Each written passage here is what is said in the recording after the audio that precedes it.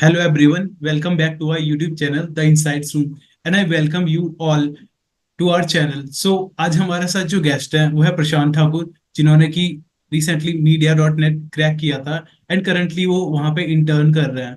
So first of all welcome Prashant. Thank you. Thank you for having me here. Okay so start करते हैं प्रशांत के introduction के साथ. Sure, sure. So, hey everyone, myself Prashant Thakur.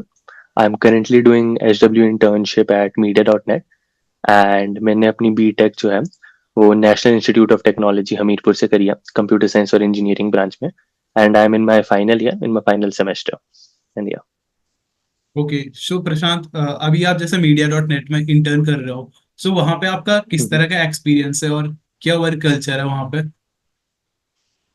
सो Media dot net में work culture तो काफ़ी अच्छा है सो इट्स लाइक है एक एक big MNC like multinational company जैसी है काफ़ी जगह पर ऑफिसेज भी है लेकिन जो काम है वो काइंड ऑफ एक स्टार्टअप टाइप का काम है कि काफ़ी फास्ट पेस काम है तो आपको सीखने को काफ़ी जल्दी मिलेगा और लाइक आप जल्दी जल्दी काम कर रहे हो जल्दी जल्दी समझ रहे हो चीज़ों को और इम्प्लीमेंट कर रहे हो so like a big MNC मतलब a features of big MNC and startup type culture और अच्छा वर्क लाइफ बैलेंस भी रहता ही है तो लाइक सीखने को भी काफ़ी ज़्यादा है अच्छे कैसे बेनिफिट्स बोल सकते हैं वो भी है so like a perfect company to join as a fresher.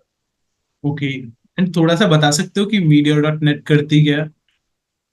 Sure sure so Media dot net एक कंटेक्चुअल एडवर्टाइजिंग कंपनी है so by contextual advertising understand it this way एक बहुत ईजी सिनेरियो अगर समझना हो सो मीडिया डॉट नेट एक bridge है multiple companies के बीच में किसी कंपनी ने अपनी एड दिखानी है और किसी साइट को अपनी कहीं पर एड शो करनी है गीक्स को अपने पेज पर एड दिखानी है और किसी कंपनी ने अपनी एड दिखानी है तो मीडिया डॉट नेट उसका एक ब्रिज है कि वो हेल्प करेगा इन दो कंपनीज को कनेक्ट करने में तो दोनों को कुछ ज़्यादा सोचना नहीं पड़ेगा बस वो हमें ऐसे मान लो हमें रिक्वेस्ट दे रहे हैं वो और मीडिया डॉट नेट उसको खुद से हैंडल कर रही है सो लाइक ये इस तरीके की एक एडवर्टाइजिंग कंपनी है.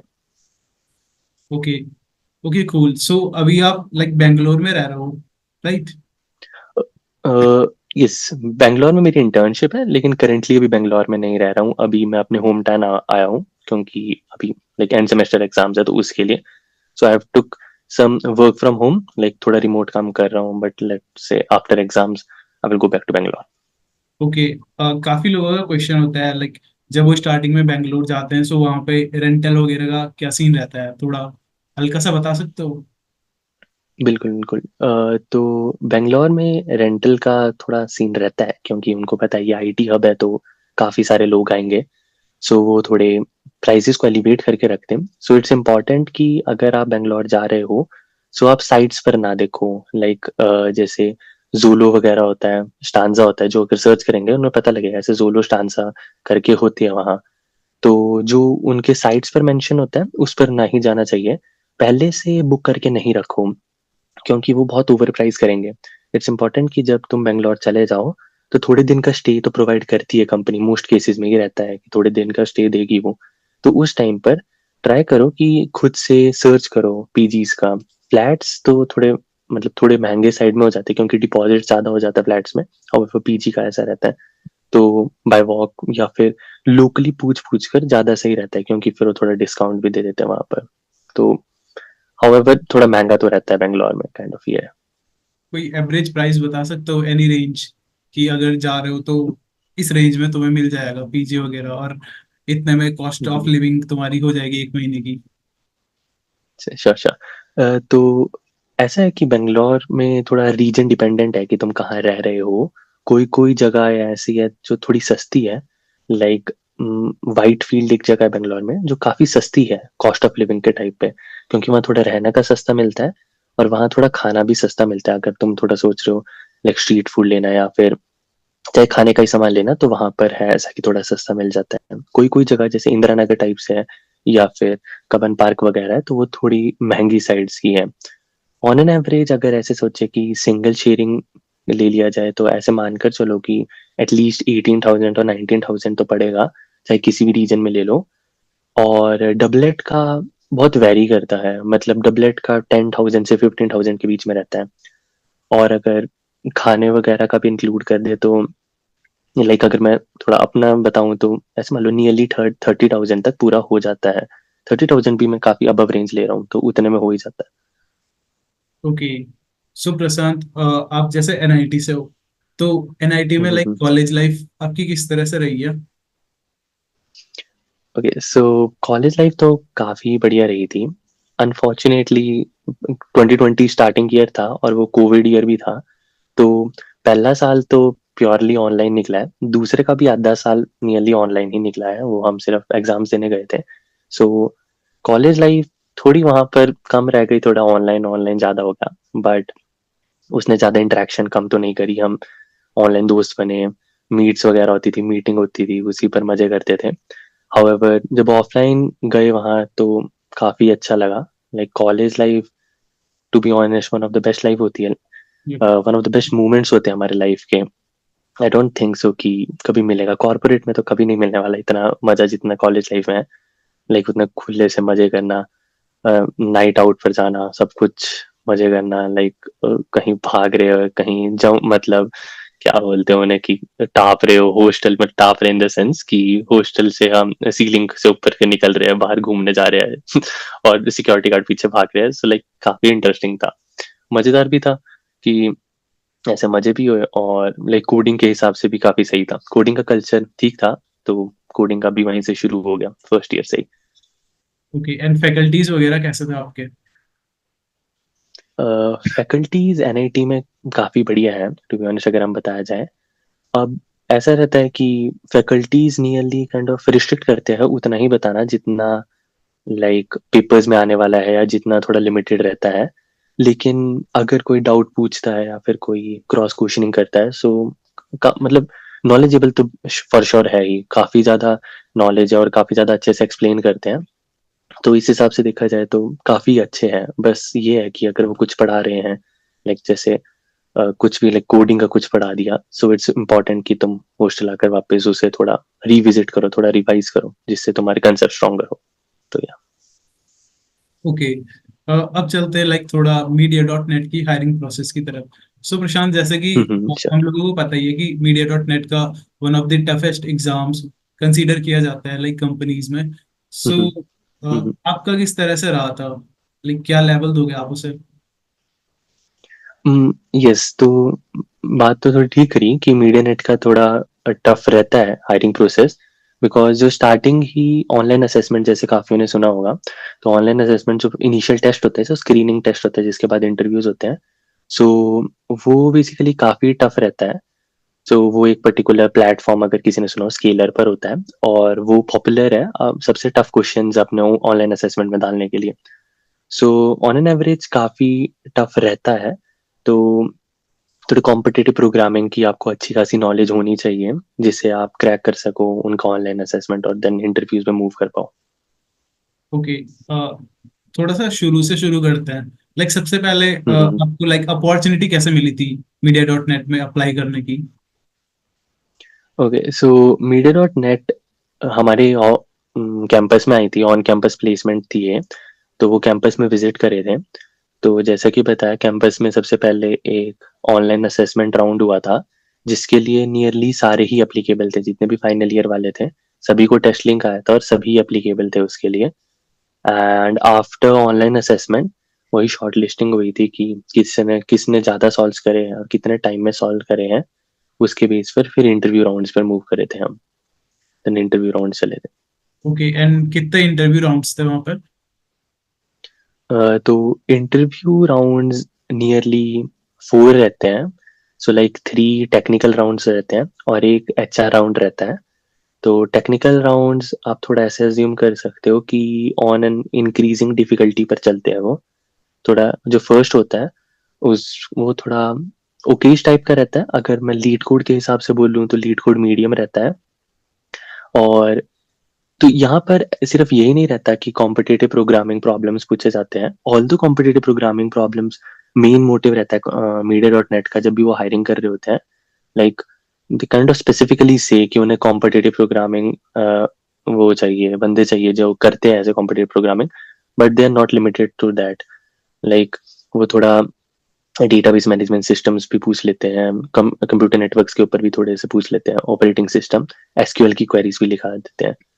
सो लाइक ऐसे इंटरव्यूज में चलते हैं। फर्स्ट राउंड प्रीटी डिसेंट रहता है, ज़्यादा टफ नहीं रहता।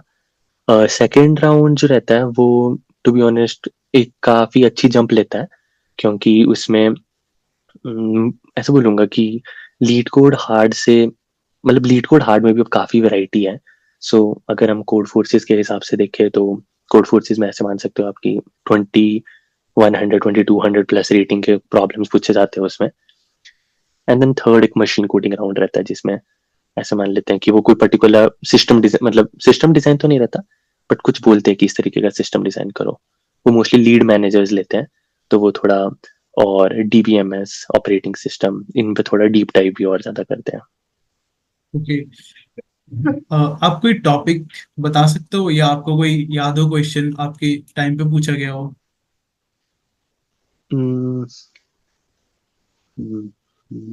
सो लाइक ऐसे पर्टिकुलरली तो मतलब मुझे एग्जैक्ट तो याद नहीं है, बट जितना मुझे याद आ रहा है फर्स्ट जो राउंड था वो ग्राफ्स पर था, ओके। और सेकंड जो था वो, जितना मुझे आ रहा है, ग्राफ्स प्लस डायनेमिक प्रोग्रामिंग था।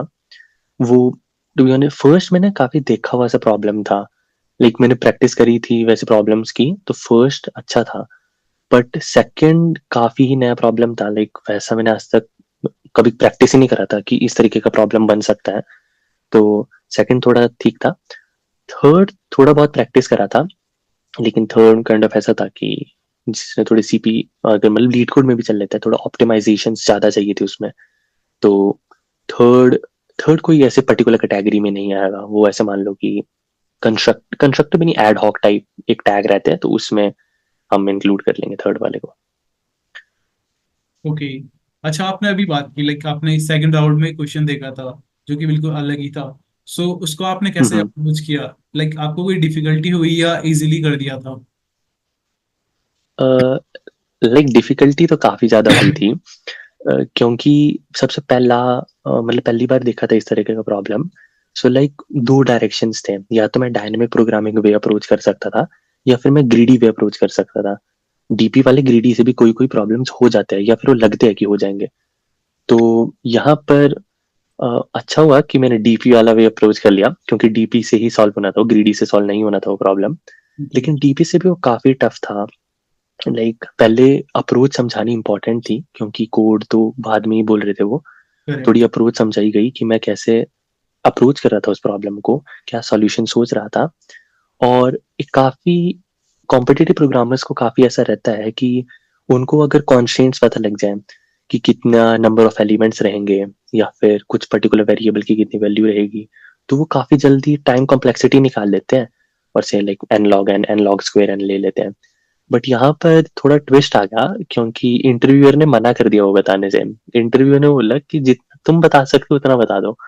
सो लाइक ये तो फिर काफी अजीब था कि अब तो बहुत ही मुश्किल होने वाला है।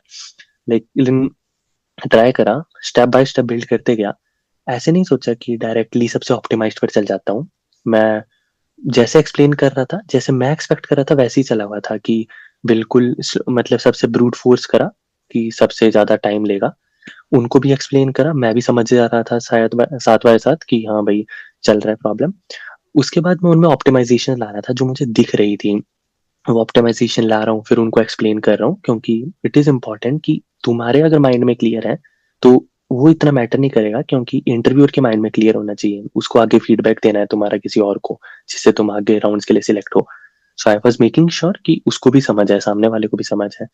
सो इसी तरीके से चल रहा था, और काफी हद तक एक्सप्लेन कर दिया था जितनी वो एक्सपेक्ट कर रहे थे। टाइम कम्प्लेक्सिटी तो हाँ, जितनी वो एक्सपेक्ट कर रहे थे उतनी आ गई थी। लेकिन फिर कोड करने की बारी आई थी। तो लाइक कोड थोड़ा गूगल डॉक्स पर था, और वो काफी गंदा था, क्योंकि ऑटो कैपिटलाइजेशन इतनी हुई थी उसमें और उनको ऑटो कैपिटलाइजेशन चाहिए नहीं थी, तो उसमें इतनी दिक्कत हो रही थी कोड लिखने में। बट लाइक हाँ, नियरली हो ही गया था वो पूरा। सो लाइक फिर उसी पॉइंट पर खत्म हो गया था कि ऐसे ऐसे मान लो कि नियरली खत्म ही हुआ, और फिर इंटरव्यू भी एंड हो गया था। ओके। सो लाइक आपने कहा कि कोड भी बहुत ही गंदे तरीके से लिखा। So after completing this interview, like आपको उम्मीद थी कि थर्ड राउंड के लिए आपको कॉल आएगा? लाइक गंदा गंदा वैसा तो नहीं कि मैंने गंदा लिखा था, गंदा वाज इन द सेंस कि जितना मैं एक्सपेक्ट कर रहा था कि अच्छे वे से मैं लिख पाऊँ, जितना अच्छे से मैं उन्हें एक्सप्लेन कर पाऊँ और अपना कोड लिख पाऊँ, उतना लिखा ही नहीं था मैंने। सो टू बी ऑनेस्ट मुझे एक्सपेक्टेड नहीं था कि मेरा थर्ड राउंड का कॉल आएगा, क्योंकि आई वाज थिंकिंग कि इंटरव्यूअर उतना सेटिस्फाइड था नहीं। मे बी उनको शायद, क्योंकि ऐसा हुआ था कि टाइम बहुत लिमिटेड रहा था, और ऐसे मान लो कि सिर्फ एक लाइन बची हुई थी। वो एक लाइन ना काफी ऑप्टिमाइजेशन कर सकती थी, लाइक एन रिस्ट पावर 4 से एन रिस्ट पावर 3 कर देती हो, कुछ ऐसे 2 पॉइंटर्स लगाना था। लाइक वो लिख नहीं पाया था मैं, लेकिन उनको बता दिया था कि ऐसा होगा, ऐसे मतलब उन्हें एक्सप्लेन कर दिया था। सो लाइक वो चाहते थे कि वो मैं लिखूं, लेकिन वो लिख नहीं पाया था। तो इस रीजन से मैं थोड़ा था कि शायद नहीं हो पाएगा प्रोग्रेस। बट या मतलब काफी सही रहा कि अगले दिन दिन में ही वो कॉल आ गया थर्ड इंटरव्यू का। सो लाइक तो फिर वो दिया था अगला। ओके, एंड थर्ड इंटरव्यू फिर किस तरह से गया था? थर्ड तो काफी ठीक गया था। थर्ड तो जैसे बताया थोड़ा ऑप्टिमाइजेशन प्रॉब्लम था। सो लाइक जैसे सी प्लस प्लस में किसी ने सुना होगा अनऑर्डर्ड मैप्स होते हैं, तो वो प्रॉब्लम मेरे को याद तो नहीं है, पता नहीं, कुछ कुछ O1 में करने वाला प्रॉब्लम था वो, कि नियरली सारे operations on an average O1 में करने हैं आपको। तो लाइक जब O1 सुना तो एक हिट तो कर गया कि अनऑर्डर्ड मैप यूज करना है, लेकिन उसमें बहुत ही ज्यादा अनऑर्डर्ड मैप्स यूज करने थे, लाइक लिटरली हर एक जगह अनऑर्डर्ड मैप्स यूज करने थे। और वहां पर मुझे मुझे ये खुद था कि मैं ना कंफ्यूज हो जाऊं। सो लाइक मैं बोलते बोलते लिख रहा था कि ये चीज ऐसे करेगी, ये चीज ऐसे करेगी। And when I was done completing, so like उस प्रॉब्लम के 4 पार्ट थे, लेकिन सिर्फ एक पार्ट पर ही मुझे यस बोल दिया गया था कि और 3 पार्ट इंप्लीमेंट करने की जरूरत नहीं है, क्योंकि उस एक पार्ट ने ही आधा घंटा ले लिया था, क्योंकि वो बहुत ही बड़ा कोड था, वो मतलब लिख ही जा रहा था मैं। लाइक फिर उसके बाद मैं एक्सप्लेन करा, एंड देन थोड़ा जैसे बताया था कि डीबीएमएस साइड ऑपरेटिंग सिस्टम, उसमें थोड़ा डीप डाइव करा उन्होंने, कि उसमें थोड़ी नॉलेज देखी कि लाइक स्टैंडर्ड नॉलेज तो रहती ही है कि जैसे प्राइमरी की, ये इस तरीके की, लेकिन थोड़ा उसके और डीप में जाने की कोशिश करी उन्होंने। तो बस इसी तरीके से एंड हुआ, और थर्ड इंटरव्यू काफी अच्छे उस पर एंड हुआ था, अच्छे नोट पर एंड हुआ था। ओके, एंड अब आता है आपके फोर्थ इंटरव्यू में। लाइक आपने कहा कि वो kind of system design based था, सो वो कैसे लाइक लगा? फोर्थ जो इंटरव्यू था वो यही था, मतलब 3 टेक्निकल इंटरव्यूज रहे थे। Okay okay. हाँ, तो सेकंड तो मैंने बता दिया जो सबसे टफेस्ट था, जो थर्ड था वही यही था, ऑप्टिमाइजेशन और थोड़ा इस तरीके से मतलब डिजाइन करना, O1 में डिजाइन करना। तो मतलब जो आप फोर्थ इंटरव्यू बोल रहे हैं वो काइंड ऑफ यही था, थर्ड वाला इंटरव्यू था, अगर हम OA को नेग्लेक्ट कर दे तो लाइक यही था। एंड उसके बाद एचआर इंटरव्यू हुआ? यस, HR इंटरव्यू हुआ। वहां पे थोड़ा ट्विस्ट हो गया, क्योंकि ऐसा रहता है जब HR इंटरव्यूज रहते हैं तो 2 लोग आते हैं, लाइक एक यूनिवर्सिटी रिक्रूटर रहती है और एक kind of head of HR रहते हैं। But for some reason head of HR आ नहीं पाए थे, तो दे गेव लाइक ऑप्शन कि ऐसा करते हैं कि यूनिवर्सिटी रिक्रूटर एक इंटरव्यू ले लेते हैं, एक HR इंटरव्यू, और फिर हेड ऑफ HR एक अलग HR इंटरव्यू ले लेते हैं। So like for the first time मेरे 2 HR इंटरव्यूज हुए।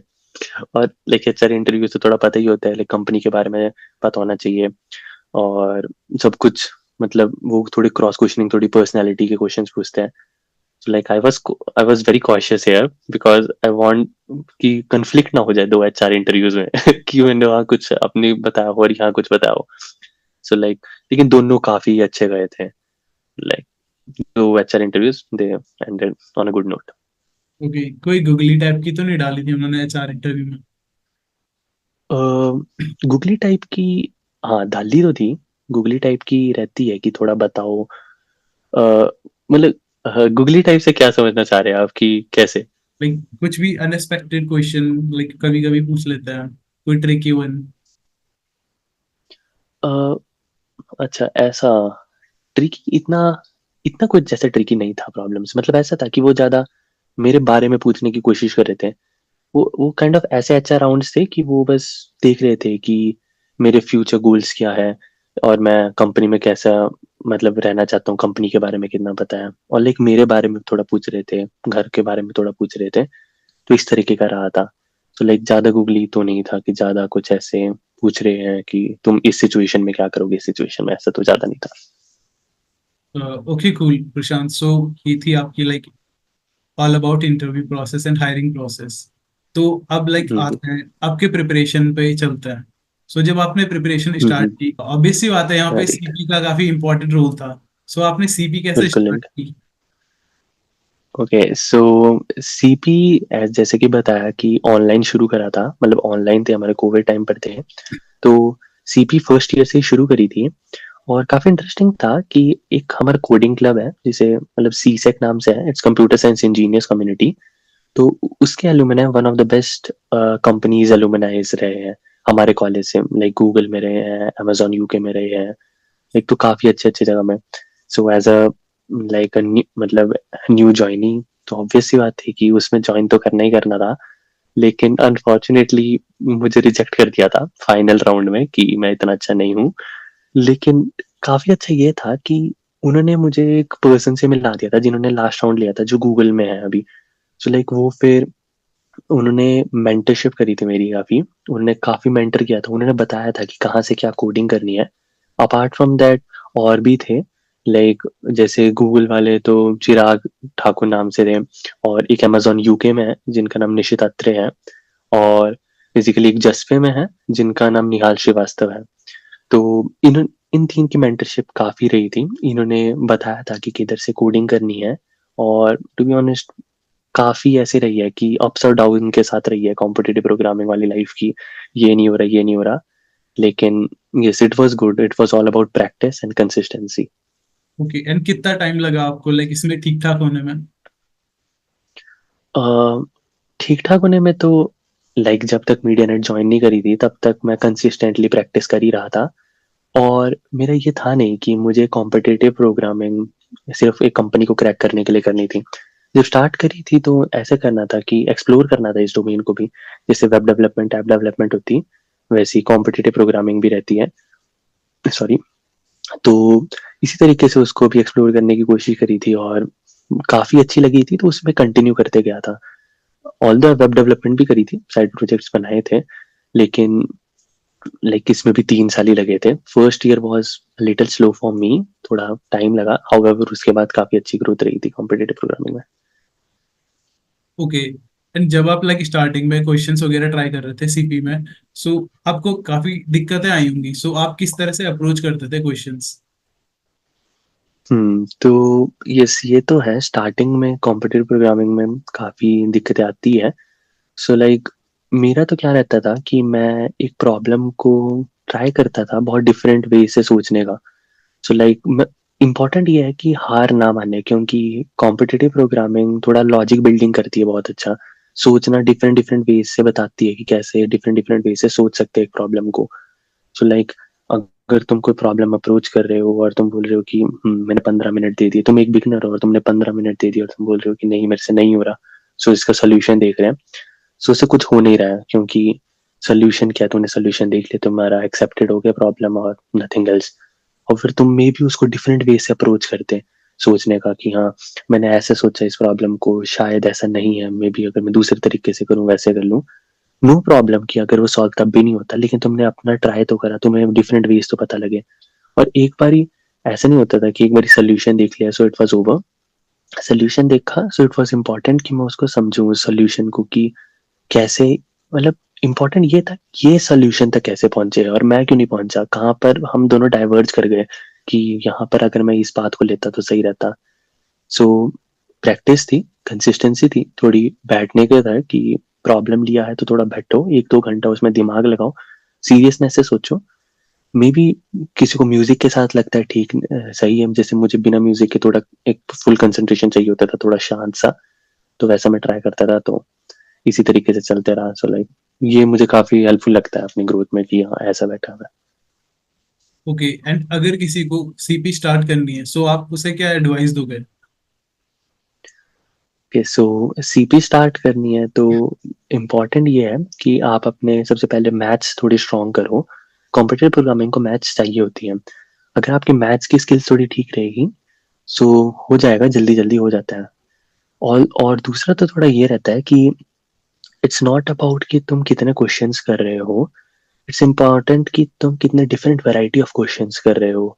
एक ही वैरायटी के 100 क्वेश्चंस कर लोगे, इतना कुछ होगा नहीं। मे बी ऐसा होएगा कि वो उस वैरायटी का एक और क्वेश्चन आ गया तो तुम बहुत जल्दी कर लोगे, क्योंकि तुम्हें पता है कि करना कैसे उस प्रॉब्लम को।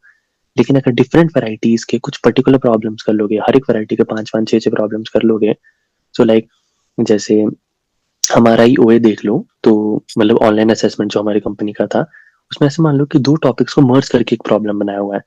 तो लाइक फिर तुमने क्योंकि डिफरेंट वैरायटीज सॉल्व करी है, तो तुम्हें पता है कि उस प्रॉब्लम को सॉल्व कैसे करना है, उस प्रॉब्लम को मतलब अप्रोच कैसे करना है उस प्रॉब्लम को। तो लाइक यही है थोड़ी। जैसे एट कोडर नाम से एक साइट रहती है, कोड फोर्सेस रहती है, कोड शेफ भी रहती है। So try to do the questions on them, उनमें ट्राई करो, क्योंकि सोल्यूशंस रहते ही रहते हैं उसमें। और क्या कर सकते हो कि जैसे 1 2 घंटा बैठे रहे और basically different variety of questions करें। ओके प्रशांत, सो आपने लाइक बहुत ही अच्छे सजेशंस दिए एंड काफी अच्छी अच्छी इंसाइट्स आपसे मिली हैं लाइक हमें। So at last like I want to thanks to you for joining this session. Thank you for having me here. Yeah and for our audience, like अगर आपको इसी तरह के इंसाइटफुल कंटेंट देखना पसंद है, सो आप शेयर कर सकते हो एंड सब्सक्राइब कर सकते हो। Okay, so good bye everyone, thank you.